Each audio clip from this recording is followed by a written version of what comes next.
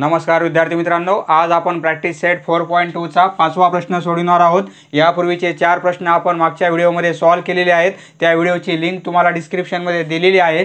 तर आजच्या व्हिडिओमध्ये आपण 5वा प्रश्न सोडवणार आहोत। तर येथे आपल्याला हा एक रेशिओ दिलेला आहे आणि हा एक रेशिओ दिलेला आहे। A:B आहे आणि येथे B:C आहे, म्हणजे B येथे पण आहे आणि B येथे पण आहे। तर आता यावरून आपल्याला ABC च्या व्हॅल्यू काढता येतील। हा रेशिओ आपल्याला दिलेला आहे, आपण लिहून घेऊ A:B = 3:1 हा रेशिओ दिला। त्यामुळे आपण असं लिहू शकतो A/B = 3/1 बरोबर आहे। यावरून A ची व्हॅल्यू काढता येईल आपल्याला। A ची व्हॅल्यू काय येईल? क्रॉस मल्टिप्लिकेशन A × 1 म्हणजे H होईल आणि इक्वल टू 3 × B म्हणजे 3B होईल बरोबर आहे। आपण A ची व्हॅल्यू काढली आणि हा एक रेशिओ दिला आपल्याला B:C = 5:1। यावरून आपण B/C = 5/1 असं लिहू शकतो। क्रॉस मल्टिप्लिकेशन घेऊ आपण, तर काय होईल B × 1 म्हणजे Bच होईल आणि C × 5 म्हणजे 5C बरोबर आहे। येथे आपल्याला A ची व्हॅल्यू B च्या फॉर्ममध्ये मिळालेली आहे आणि B ची व्हॅल्यू C च्या फॉर्ममध्ये मिळालेली आहे। तर आपण काय करू, ही B ची जी व्हॅल्यू आलेली आहे येथे आपण पुट करू, म्हणजे A ची व्हॅल्यू आपल्याला C च्या फॉर्ममध्ये मिळेल। देअरफॉर A = 3, B च्या ऐवजी आपण काय पुट करणार 5C म्हणजे 5C। तर A ची व्हॅल्यू काय होईल 3 × 5 म्हणजे 15 होतील आणि C ही व्हॅल्यू येईल आपल्याला बरोबर आहे। आणि B ची व्हॅल्यू कोणती आहे 5C। या दोन व्हॅल्यू आपण पुट करणार, म्हणजे काय होईल ही व्हॅल्यू आपल्याला काढता येईल। कशामुळे? कारण येथे A ची व्हॅल्यू आपण काय टाकणार C च्या फॉर्ममध्ये टाकणार आणि B ची व्हॅल्यू काय करणार आपण C च्या फॉर्ममध्ये, म्हणजे एकच व्हेरिएबल झाल्यामुळे ही व्हॅल्यू आपल्याला काढता येईल। त्यामुळे आपण असं केलेलं आहे। तर आता आपण सर्वप्रथम आपण A ची व्हॅल्यू काढू।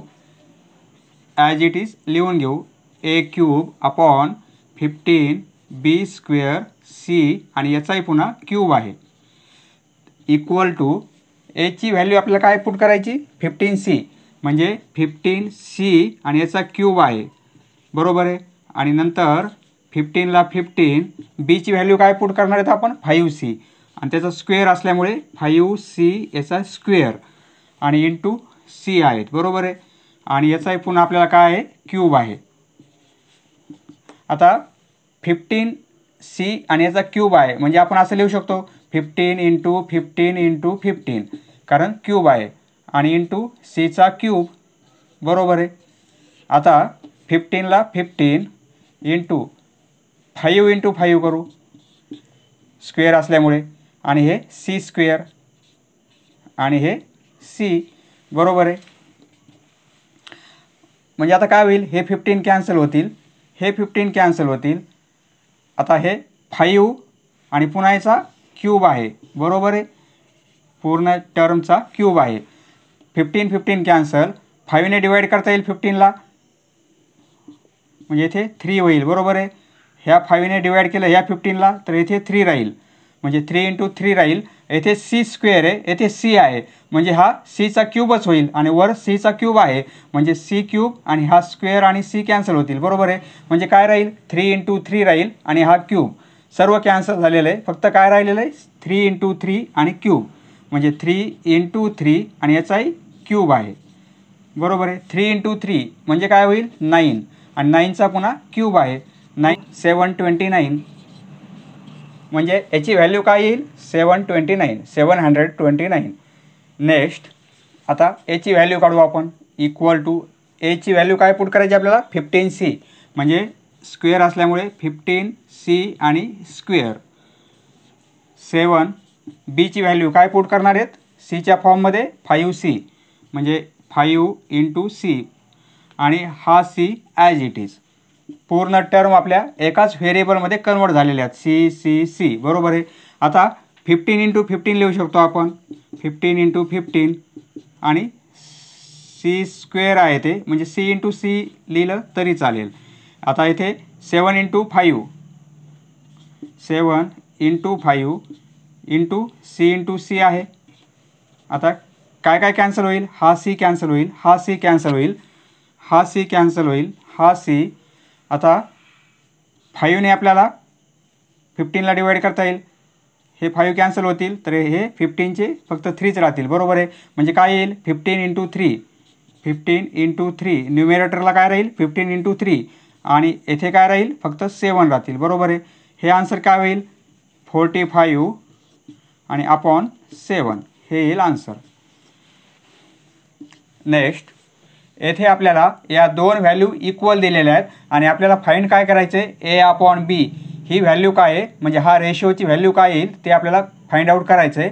तर आता ही टर्म पूर्ण स्क्वेअर रूटमध्ये आहे आणि आपल्याला b पण स्क्वेअर रूटमध्ये आहे, म्हणजे a पण स्क्वेअर रूटमध्ये आहे आणि b पण स्क्वेअर रूटमध्ये आहे. परंतु आपल्याला काय करायचं आहे विदाऊट स्क्वेअर रूट काढायचं आहे a आणि b, म्हणजे आपल्याला काय करावं लागेल यांचे स्क्वेअर रूट कॅन्सल करावे लागतील. त्यासाठी आपल्याला काय करावं लागेल स्क्वेअर रूट कॅन्सल करण्यासाठी आपल्याला स्क्वेअर करावं लागेल.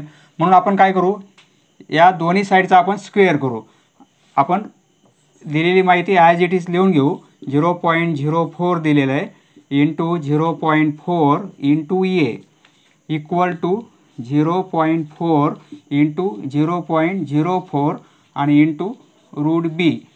स्क्वेअर करू दोन्ही साईडला, स्क्वेअरिंग both sides.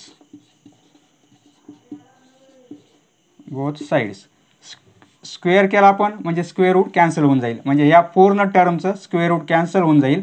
म्हणजे टर्म काय राहील 0.4 इंटू ए असं राहील, बरोबर आहे. इक्वल टू आता येथे स्क्वेअर रूट नाही आहे म्हणून काय होईल याचा स्क्वेअर होईल, याचा स्क्वेअर होईल कारण येथे स्क्वेअर रूट होतं त्यामुळे स्क्वेअर केल्यावर याला स्क्वेअर रूट राहिलेलं नाही, पण याला स्क्वेअर रूट नव्हतं ह्या टर्मला, ह्या दोन टर्मला, त्यामुळे याचा स्क्वेअर होईल आणि याला स्क्वेअर रूट आहे, याचा स्क्वेअर केल्यामुळे फक्त येथे बीच राहील. आता आपल्याला काय पाहिजे a/b रेशिओ पाहिजे, म्हणजे a या साईडला आहे b या साईडला आहे, आपण एका साईडला आणू म्हणजे a/b येथे मल्टिप्लिकेशनमध्ये आहेत, या साईडला आल्या डिव्हिजनमध्ये जातील, बरोबर आहे. मग आता b इकडे आणले आपण, a या साईडचे आहेत, b आपण या साईडला आणलेले आहेत. तर आता या साईडची टर्म आपली 0.4 इंटू 0.04 आणि याचा स्क्वेअर आहे. स्क्वेअर असल्यामुळे ही टर्म आपण काय करू 2 टाइम्स लिहू, बरोबर आहे. स्क्वेअर असल्यामुळे या टर्मला आपण 2 टाइम्स मल्टिप्लिकेशनमध्ये लिहिलेलं आहे आणि ही टर्म आपण एवढी या साईडला ट्रान्सफर करू. येथे मल्टिप्लिकेशनमध्ये आहे तर ही टर्म या साईडला डिव्हिजनमध्ये येईल.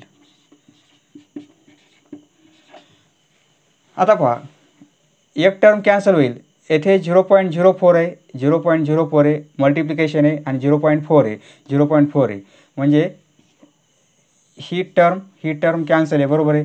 म्हणजे राहते काय आन्सर आपलं ही व्हॅल्यू आपली काय राहिली 0.4 इंटू 0.04.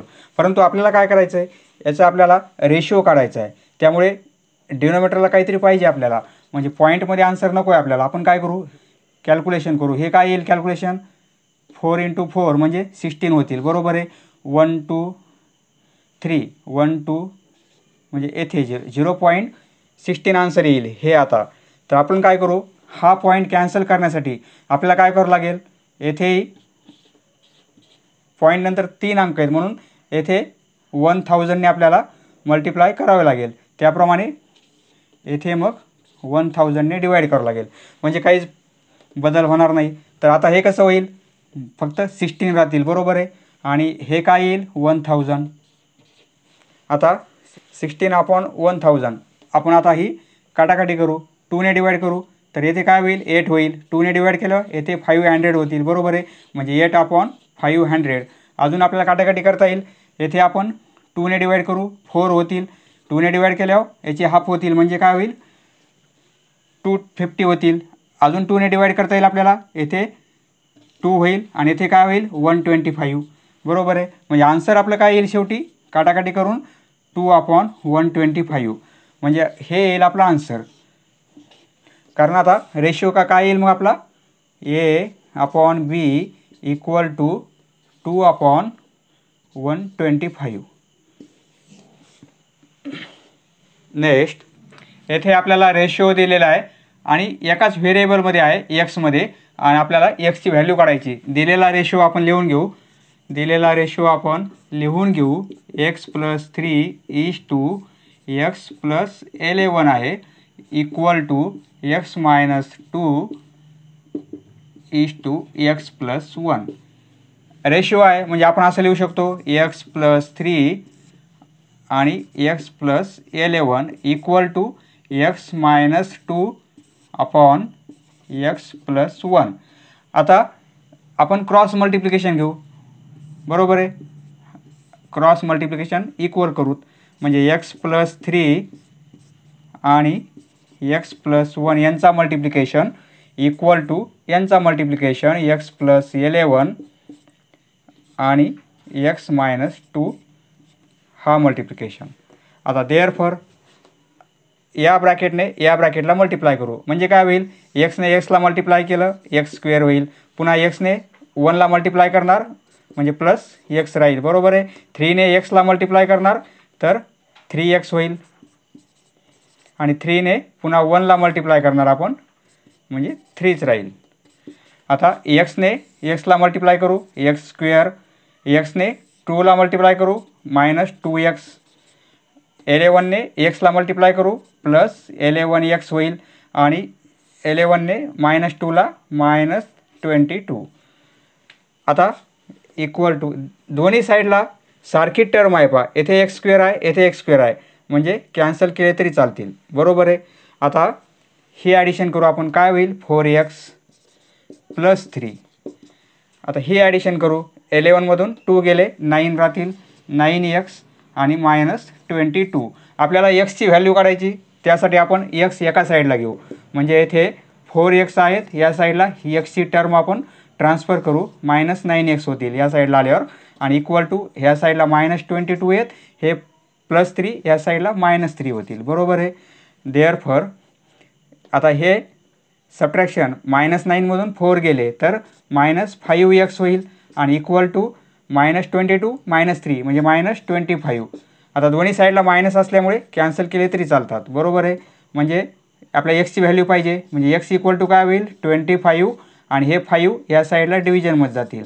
इक्वल टू 25ला 5ने डिवाईड केलं आन्सर येईल 5. म्हणजे एक्सची व्हॅल्यू काय येईल आपली x इक्वल टू 5. समजले मित्रांनो. धन्यवाद. पुढचा व्हिडिओ पाहण्यासाठी चॅनल सबस्क्राईब करा. धन्यवाद.